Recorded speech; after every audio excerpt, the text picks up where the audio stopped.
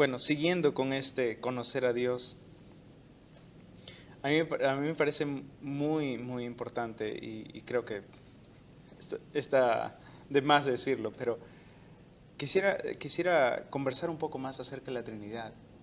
¿Por qué esta doctrina es tan importante y más para el nuevo creyente? Wow. Tú me dijiste que íbamos a tener una charla muy, muy fácil y ahora me estás preguntando sobre la Trinidad. Sí, es una doctrina, no se puede exagerar la importancia de la Trinidad en el cristianismo, porque es una de las doctrinas que separa al cristianismo de todas las demás religiones. Es una doctrina bíblica y muy importante para la vida cristiana. Es una doctrina muy práctica, pero en vez de hablar hoy día al nivel de los eruditos, sería mejor hablar al nivel de los nuevos creyentes para explicar algunas cosas acerca de la Trinidad. Ahora, anticipando tu pregunta, yo he traído algunas notas y lo primero que necesitamos ver es que hay misterios en las Escrituras que no vamos a resolver en esta vida. Necesitamos simplemente afirmar la verdad que Dios nos ha revelado. Y con respecto a la Trinidad, hay misterio, de verdad. Pero también hay misterio con respecto a la omnisciencia de Dios o la omnipresencia de Dios. Pero en la Trinidad, lo que tenemos que hacer, especialmente para el nuevo creyente, es simplemente afirmar la verdad que Dios nos ha dado. Dios es uno. El cristianismo no tiene tres dioses, como algunas sectas dicen acerca de nosotros. No tenemos tres dioses. Dios es uno. Pero a la vez tenemos que afirmar de la Escritura, ¿no?, que el Padre se llama Dios. Tiene los atributos de Dios y hace las obras de Dios. El Hijo, podemos decir lo mismo, se llama Dios. Tiene los atributos de Dios y hace las obras de Dios. El Espíritu Santo, igual. Entonces, una vez yo estaba hablando con un testigo y él dijo, si tú no me puedes explicar cómo Dios puede ser uno y Dios puede ser tres, no voy a creerlo. Y yo le dije, bueno, ¿puedes explicarme cómo funciona la electricidad? Y él me dijo, no. Entonces, ¿vas a quedarte en la oscuridad simplemente porque no puedes explicar cómo funciona? Tú sabes que es una realidad, pero como ser humano tú tienes limitaciones. Es lo mismo, yo afirmo lo que la Biblia afirma. Y Dios es uno y hay tres personas que son Dios. Con respecto a Dios es uno, vamos primeramente a Deuteronomio y vamos a ver un texto que es muy importante hasta el día de hoy para los judíos. Capítulo 6, versículo 4. Hace 3 semanas yo estuve en Tel Aviv y estuve también en Jerusalén. Y en casi cada lugar vas a ver en las paredes, en las tiendas donde se venden camisas para los turistas, tú vas a ver, versículo 4, escucha, oh Israel, el Señor es nuestro Dios, el Señor uno es. Now, cuando en el Antiguo Testamento, en hebreo, cuando escuchamos escuchar, especialmente como un mandamiento, escucha, significa más que simplemente oír, sino también obedecer. Que esta verdad debemos oír y debemos aplicar a nuestra vida. ¿Okay? Entonces, un texto muy importante llega a ser en hebreo es Shema, que significa oír, escucha. Entonces, Dios es uno y es el testimonio de toda la Escritura. Y no solamente el Antiguo Testamento, sino también el Nuevo Testamento testifica que Dios es uno. Los apóstoles no cambiaron nada con respecto a esta verdad fundamental de la religión de la Biblia. Dios es uno. Podemos ir a 1 Corintios. Por ejemplo, Pablo está obrando acá, predicando entre un grupo de personas, una cultura que tenía muchos dioses.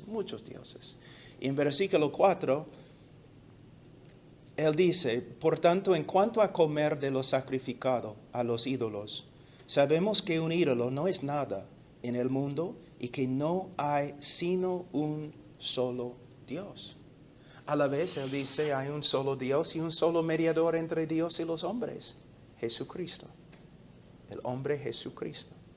Ahora, entonces, el nuevo cristiano, el nuevo creyente necesita saber y afirmar que hay un solo Dios. Pero a la vez tenemos que afirmar que en el Nuevo Testamento y a veces en el Antiguo Testamento podemos ver textos que nos muestran que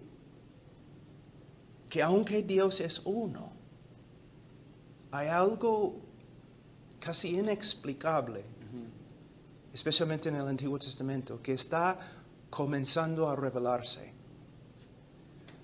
El Hijo de Dios, el Mesías, que a veces en los profetas, aún en la ley, podemos ver un hombre, pero a la vez este Mesías es mucho más que un hombre.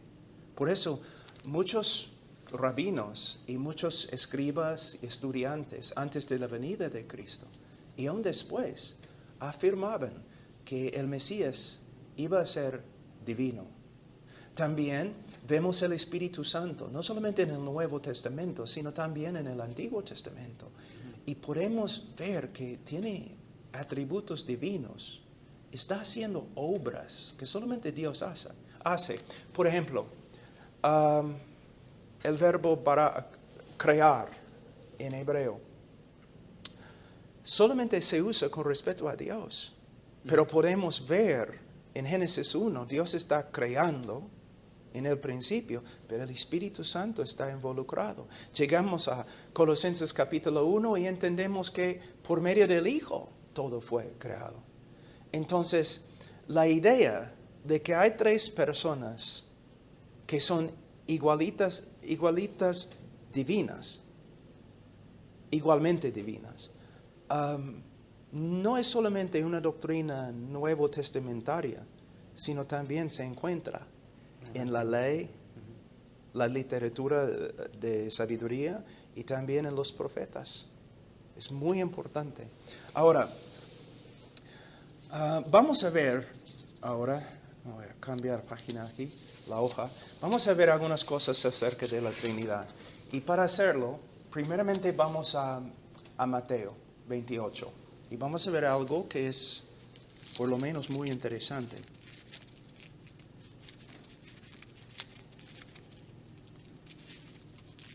Tengo una nueva Biblia en español, es muy difícil encontrar mi lugar.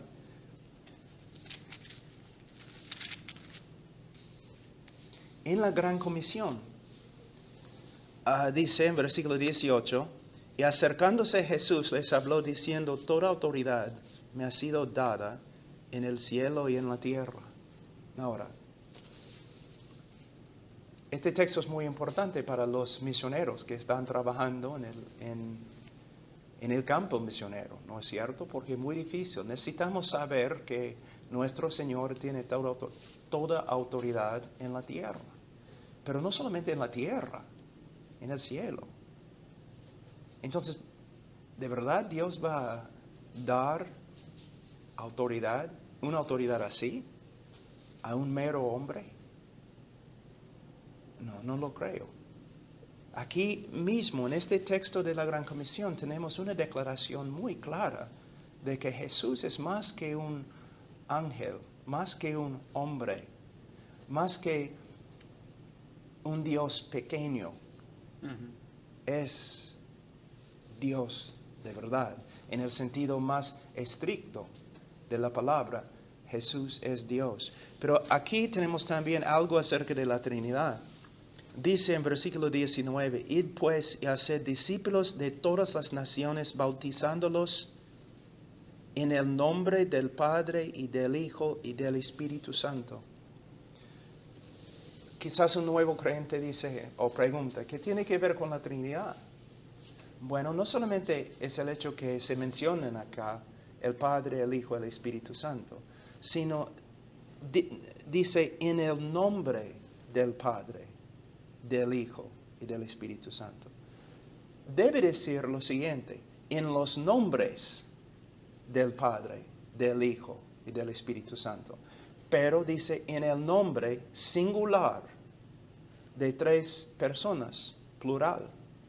Entonces aquí podemos ver no solamente que Dios es uno, un solo nombre, pero a la vez 3 personas. Y el hecho que tenemos Padre, Hijo y Espíritu Santo juntos así, ¿cómo vamos a poner Jesús o el Espíritu Santo en el mismo nivel del Padre si no son iguales al Padre? ¿Me entiendes? Ujú. Entonces, en este texto, es un texto acerca de la Gran Comisión, podemos ver algo de la Trinidad. Y cuando un cristiano se bautiza, no solamente es una proclamación pública acerca de su identificación con el cristianismo, con Jesús, pero se bautiza en el nombre del Padre, del Hijo, del Espíritu Santo.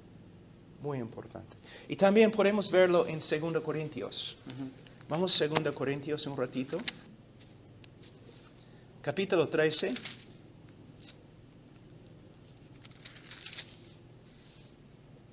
Versículo 14.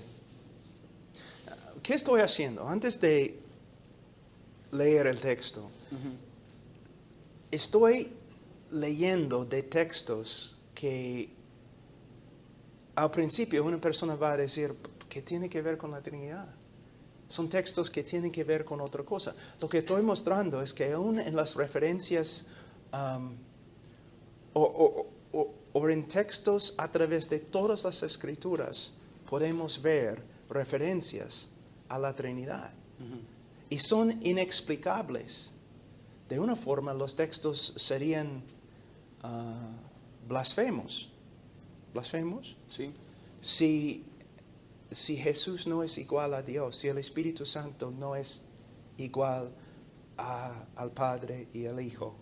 En versículo 14, la gracia del Señor Jesucristo, el amor de Dios y la comunión del Espíritu Santo sean con todos vosotros. El hecho que se mencionen juntos, el hecho que Jesús, y en griego es muy importante, el orden, el hecho que Jesús se menciona antes del Padre. ¿Cómo va a escribir esto Pablo si Jesús no fuera igual al Padre? ¿Y cómo va a poner las 3 personas juntas si el Padre, el Hijo y el Espíritu Santo no son iguales y no son Dios? ¿Me entiendes? Ahora, vamos a algunos textos que hablan directamente acerca de cada persona y el hecho que cada persona se llama Dios.